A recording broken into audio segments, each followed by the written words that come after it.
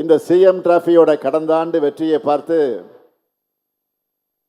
16,28,338 பேர் இந்த ஆண்டு பங்கேற்க ஆன்லைனில் ரெஜிஸ்டர் பண்ணியிருந்தாங்க. 5 பிரிவுகளின் கீழே நடந்த 38 போட்டிகளில் மாவட்ட மண்டல அளவை எல்லாம் கடந்து 32,000க்கு மேற்பட்ட வீரர்கள் ஸ்டேட் லெவலில் கலந்துக்கிட்டாங்க. இவங்களில் தனிநபர் பிரிவில் முதல் 3 இடங்களை பிடிச்சிருக்கக்கூடிய வெற்றியாளர்களுக்கு 1 லட்சம் ரூபாய், 75,000 ரூபாய், 50,000 ரூபாய். டீம் ஸ்போர்ட்ஸில் அணியில் இருக்கிற எல்லோருக்கும் 75,000 ரூபாய், 50,000 ரூபாய், 25,000 ரூபாய் பரிசு தொகையாக வழங்குகிறோம். அது மட்டுமல்ல, இதோட கல்வி உதவித்தொகை, அங்கீகாரம் மற்றும் வேலைவாய்ப்பு உள்ளிட்ட பல நன்மைகளையும் வழங்குகிறோம். இந்த ஆண்டு முதல் முறையா ஸ்போர்ட்ஸும் நடத்தி இருக்கிறோம். எல்லா போட்டிகளும் கேம்ஸ் மேனேஜ்மெண்ட் சிஸ்டம் மூலமா வெளிப்பட தன்மையோட நடத்தப்பட்டிருக்கு. எல்லா அப்டேட்டுகளையும் ஸ்கோரையும் வாட்ஸ்அப் சாட்பாட் மூலமா தெரிஞ்சிக்க ஏற்பாடு பண்ணியிருக்கிறோம். இப்படி நிறைய செஞ்சிருக்கிறோம். கடந்த அதிமுக ஆட்சியின் 5 ஆண்டு காலத்தில் விளையாட்டுத்துறை உட்கட்டமைப்புக்காக 170 கோடியே 33 லட்சம் ரூபாய் தான் நிதி ஒதுக்கப்பட்டுச்சு. ஆனால் நம்ம ஆட்சிக்கு வந்த இந்த 4 ஆண்டுகளில் 601 கோடியே 38 லட்சம் ரூபாய் நிதி ஒதுக்கி இருக்கிறோம். ஒட்டுமொத்தமாக விளையாட்டுத்துறைக்காக ஒதுக்கப்பட்டிருக்கக்கூடிய நிதி எவ்வளவு தெரியுமா? 1,945 கோடியே 7 லட்சம் ரூபாய் நிதி ஒதுக்கி இருக்கிறோம்.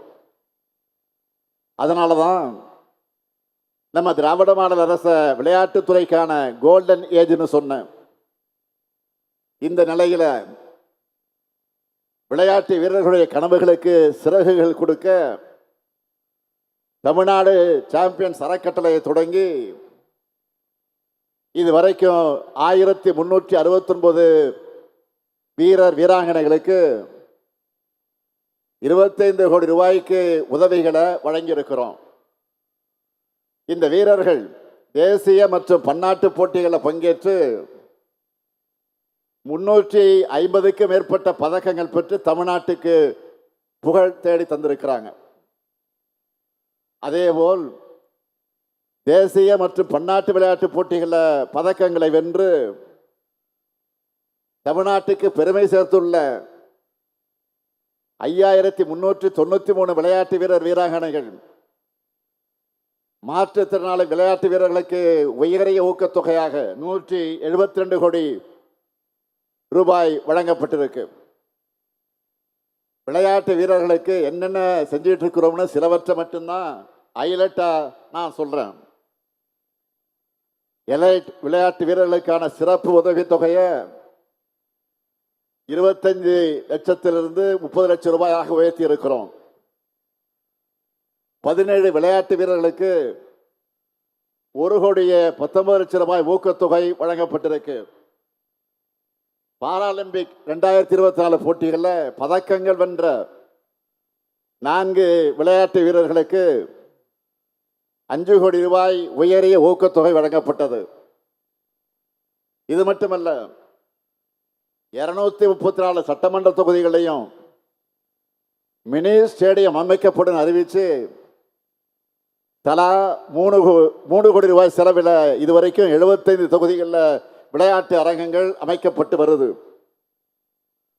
தலைவர் கலைஞருடைய 100ஆண்டை முன்னிட்டு தமிழ்நாட்டில் இருக்கிற 12,525 கிராம ஊராட்சிகளுக்கும் 16,798 விளையாட்டு உபகரண தொகுப்புகளை வழங்கியிருக்கிறோம்.